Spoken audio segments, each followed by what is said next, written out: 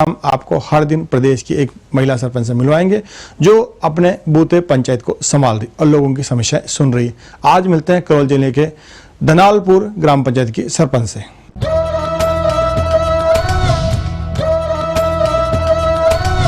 ये है करौली जिले की ग्राम पंचायत दानालपुर की सरपंच सीमा मीणा। कुछ महीने पहले ही पंचायती राज के चुनाव हुए और उन चुनाव में सीमा मीणा को सरपंच चुना गया है और अब सीमा मीणा ग्राम पंचायत के विकास में अपने कौशल का उपयोग कर रही है। जयपुर के महारानी कॉलेज से स्नातक की डिग्री प्राप्त करने के बाद राजस्थान विश्वविद्यालय से संस्कृत और हिंदी में स्नातकोत्तर किया। संस्कृत में नेट के अलावा कंप्यूटर में PGDCA किया। विवाह के बाद श्री महावीर जी के निजी उच्च माध्यमिक विद्यालय में प्रधानाचार्य रही। चुनाव जीतने के बाद परिवार और ग्राम पंचायत के कार्यों में सामंजस्य रखते हुए उन्होंने अपनी प्रतिभा का परिचय दिया है। सीमा मीणा ने ग्राम पंचायत की पेयजल समस्या के समाधान में बहुत दिलचस्पी दिखाई है। मनरेगा योजना, स्वच्छता अभियान और कोरोना महामारी से बचाव में भी उन्होंने पूरी मुस्तैदी बरती है।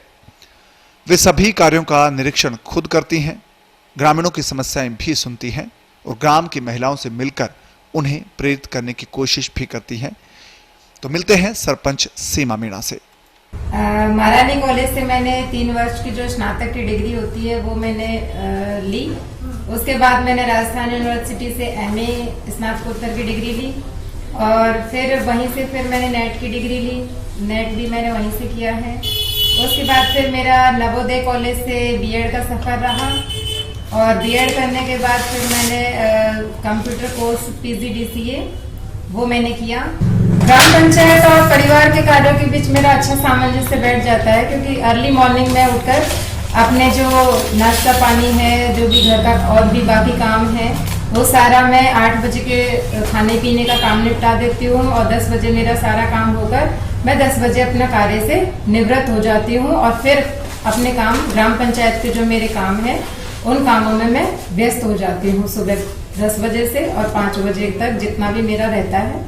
ग्राम पंचायत के जो मेरे सबसे पहले प्राथमिकता में आए हुए काम है वो सबसे ज्यादा पेयजल की व्यवस्था है और पेयजल की व्यवस्था में जो जनता जल मिशन है जिसमें 276 लाख की जो राशि है उसमें हर घर नल निर्माण की जो योजना है उसके तहत मैं हर घर में नल निर्माण की ये योजना के तहत ही नल लगवाऊंगी और बालिका शिक्षा भी मेरा एक मेन मुद्दा है और इसके बाद स्वच्छता अभियान में जो नालियों की साफ सफाई है, गंदगी है उसको साफ करवाना, पर्यावरण संरक्षण के लिए सबसे ज्यादा से ज्यादा पेड़ लगवाना, इन सब में मेरी सबसे ज्यादा प्राथमिकता है। ग्राम पंचायत से संबंधित जो भी मेरे फैसले होते हैं, जो भी निर्णय होते हैं वो अकेले ही लेना पसंद करती हूँ क्योंकि मेरे फैसलों में मैं जहाँ मुझे ऐसा लगता है कि मुझे थोड़ी बहुत परेशानी है वहाँ मैं अपने परिवार वालों का सहयोग जरूर लेती हूँ, विचार विमर्श करती हूँ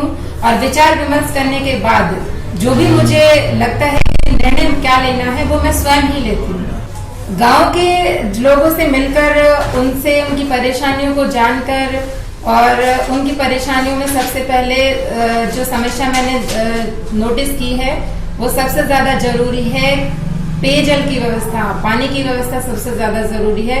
उस पानी की समस्या को बिल्कुल जड़ से ही खत्म करने की मेरी प्लानिंग है और लोगों में ये विश्वास भी दिलाया है क्योंकि मैंने ये इस काम की शुरुआत भी कर दी है और पानी की व्यवस्था की भी मैंने जो कच्ची नींव जो होती है वो रख दी है और जो बहुत से जल्दी से जल्दी उसको पक्की नींव की तरह ही काम में लाऊंगी।